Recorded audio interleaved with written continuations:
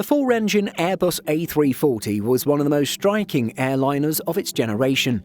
Between 1991 and 2011, nearly 400 examples of this long-haul wide-body jet were built, spread across 4 variants.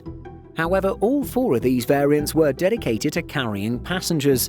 Airbus produced cargo variants of several of its other designs, so why not the A340?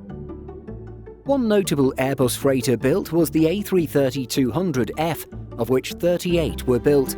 While this is quite a small quantity compared to the 645-passenger A330-200s, it still shows that there was indeed a market for the type.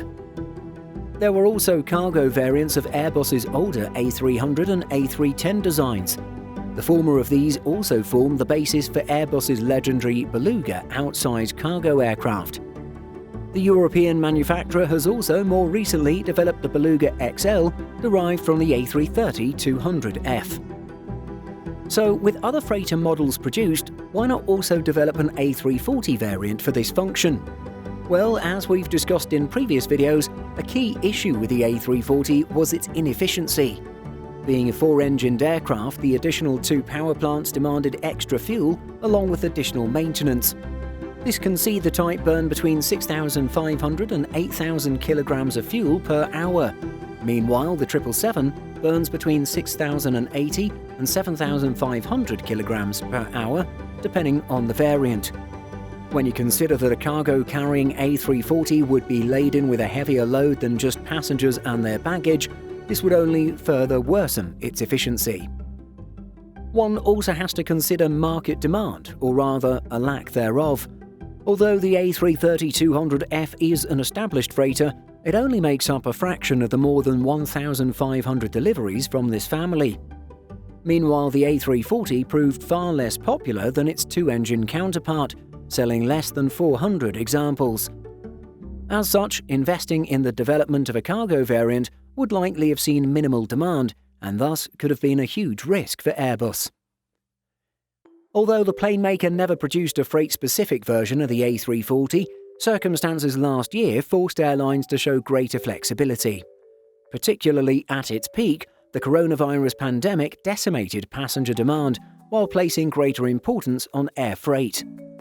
As such, in order to keep otherwise dormant aircraft and crew active, airlines began flying cargo in their A340s. Portuguese wet lease specialist Highfly was one such airline to do this.